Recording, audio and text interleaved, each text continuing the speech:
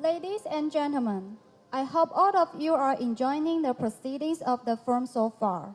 Now, I would like to invite you to join me in welcoming the chairperson of Taiwan Art Gallery Association, Ms. Zhong Jinxing, to make an opening remark. Let's welcome the chairperson Zhong on stage with a big round of applause. 各位午安，欢迎回到台北艺术论坛。现在让我们欢迎中华民国画廊协会理事长钟金星女士为大家会致欢迎词。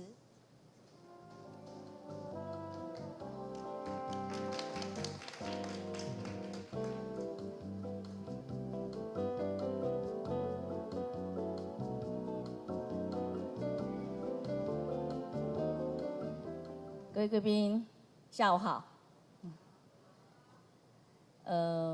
我们原先这个台北艺术论坛，我们是另外在其他场地，今年是首度把它引进到阿泰贝现场，那我们也希望能够把这样子的一个专业探讨跟专业的趋势的观察，能够在阿泰贝现场能够分享更多喜爱艺术的人。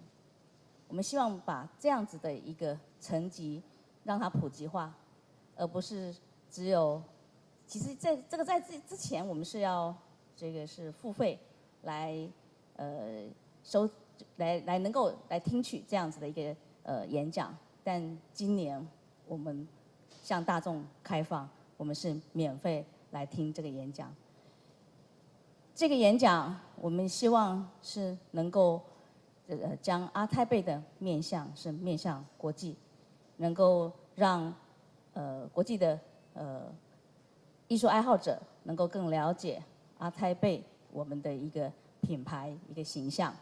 那当然这么多年来一直都是由我们台北产经研究室这个现在目前是柯仁凤柯执行长来操盘这个的整体规划。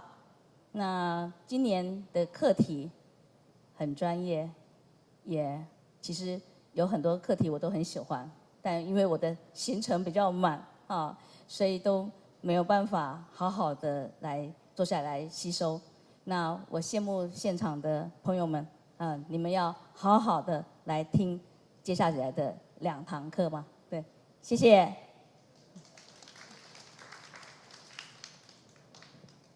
Thank you, Chairperson Zhong. 谢谢钟理事长。Now, ladies and gentlemen, we will move on to the topic of interpreting through perspective, the production of art and archive. Let's invite the moderator of this session, Professor Shuo-Bin, Director of the National Museum of Taiwan Literature and Professor of Graduate Institute of Taiwan Literature, National Taiwan University.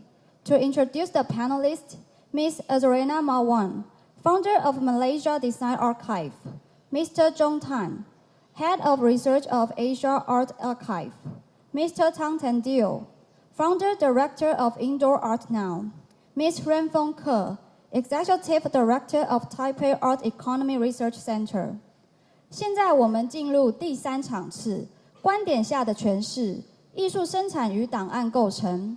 让我们欢迎主持人国立台湾文学馆馆长苏硕斌先生，以及3位与谈人：马来西亚设计档案馆创办人亚兹莉娜马万女士，亚洲艺术文献馆研究总监谭红军先生， IndoArtNow 创办人陈柱明先生，以及台北艺术产经研究室执行长柯仁凤女士。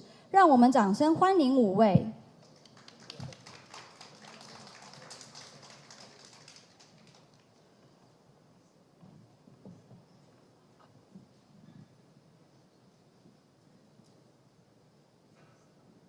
各位来宾，非常感谢各位莅临到这个场次来讨论这个 archive 艺术的档案，它如何的做一个社会的运用。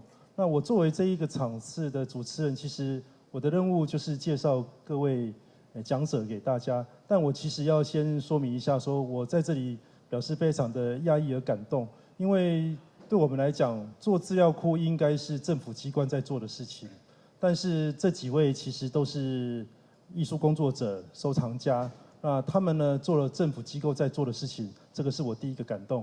那第二个呢是他们不只把资料库呢当作资料库在运用而已，他们还把它做活了起来。也就是说呢，他们呢的资料库其实比政府机关的档案要更加的有活力。政府机关的档案一般都是给学术工作者在使用，那做出来的成果都在学术的领域。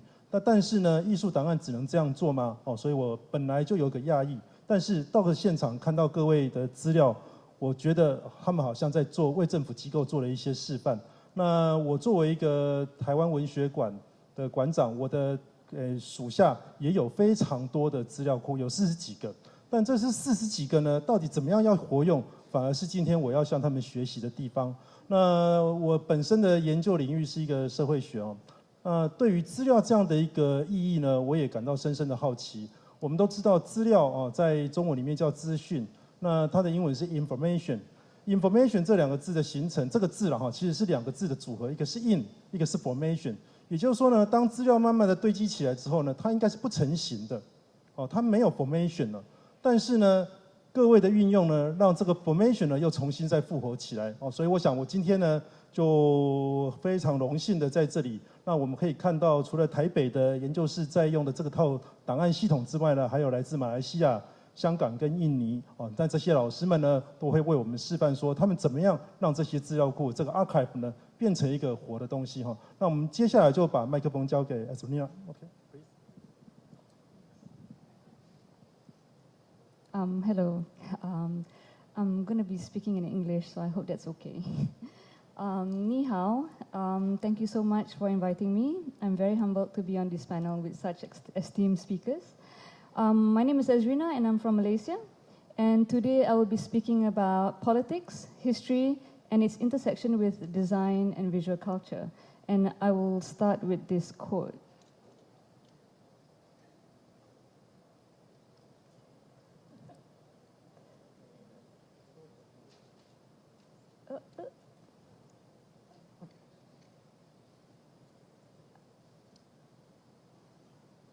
Hang on. Okay. Okay, so this quote refers to politics, economics, social class, art, and even graphic design. People in the position of power have access to spaces, materials, technology, and even education.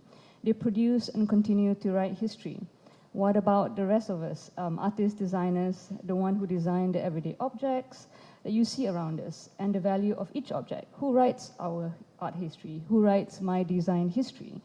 So I'm here to tell a story about my journey of how I started this research of learning about my country, Malaysia, and its history through graphic design, and how I got to learn about Malaysia's visual culture through this documentation process called archiving.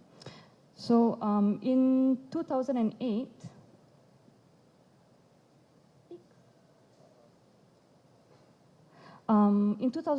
I wanted my work as a designer to have more value than just making things look pretty. So I started asking myself, as a designer, what is my role in society? How does my design work contribute to nation building and be part in making history? So I started by looking around for vernacular graphic design work in Malaysia, the everyday objects, and asked, and I went into small sundry shops and started looking at product design, packaging design, label design. And I looked at these amazing, beautiful designs and asked, what is the meaning of this symbol? Why did this company choose to use a rooster as part of their packaging design? There is a lot of rooster being used in Malaysia through time.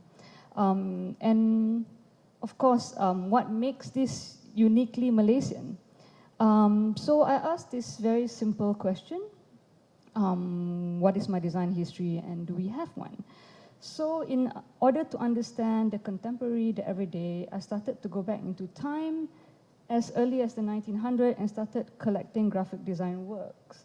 Whatever I could find, from the internet to antique shops, home of collectors, history books, and started to study and analyze them against the Malaysia historical timeline. Let's see here.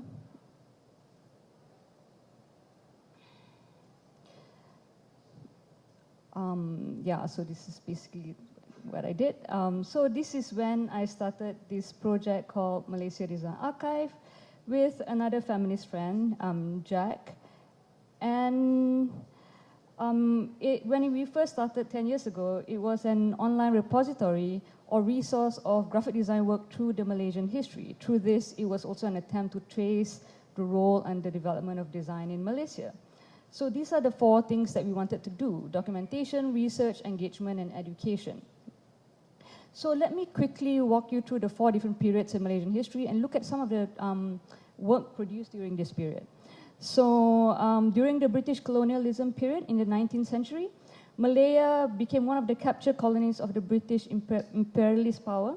During this period, graphic design was used by the British as part of their strategy to expand its powerful enterprise, which resulted in development of graphic design as a marketing tool. Here, design was used to create the identity and face of British Malaya. The postcard to the right here,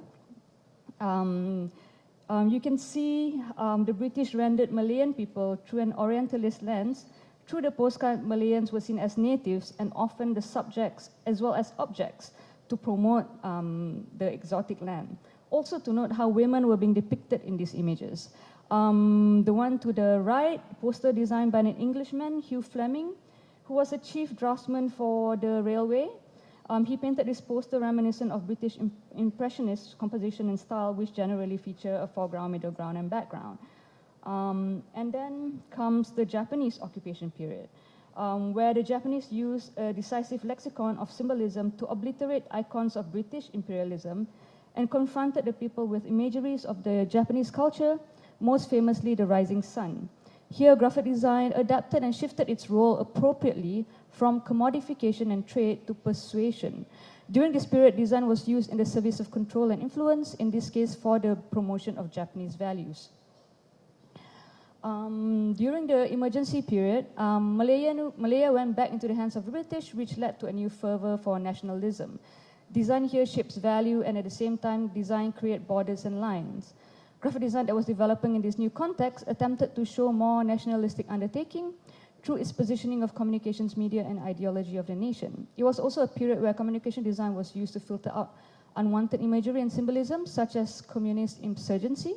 This was also at the height of Cold War, where Malaya was building allies with the United States.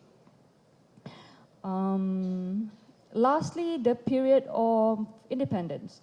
So this saw a historical opportunity for definitive articulation and shaping of Malaysian identity. So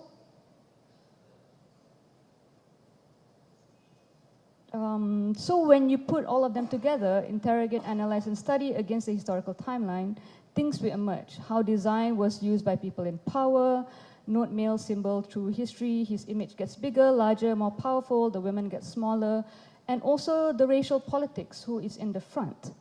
So why is it important to study each artifact or design work that was collected? Each artifact signifies a past, each artifact has a story and memory, and each artifact has a place in history. So this was the first phase of the project, the digital space. 10 years later, we have now set up a physical archive. We also have a new team member, Simon Soon, an academic and art historian. And this is what we want to do. We are an open practice of archiving and pedagogy that enables greater critical engagement with visual culture and history. To challenge global and national structures of power, including privileging silence and marginalized narratives. Stakeholders we would like to reach out to are mainly teachers, learners, practitioners, and the everyday people. Our archive collection is the first archive in Malaysia to house original works of designers that shaped the visual culture in Malaysia and contemporary works by established younger designers from 2000 onwards. We are also developing collections on architecture, photography, and publications.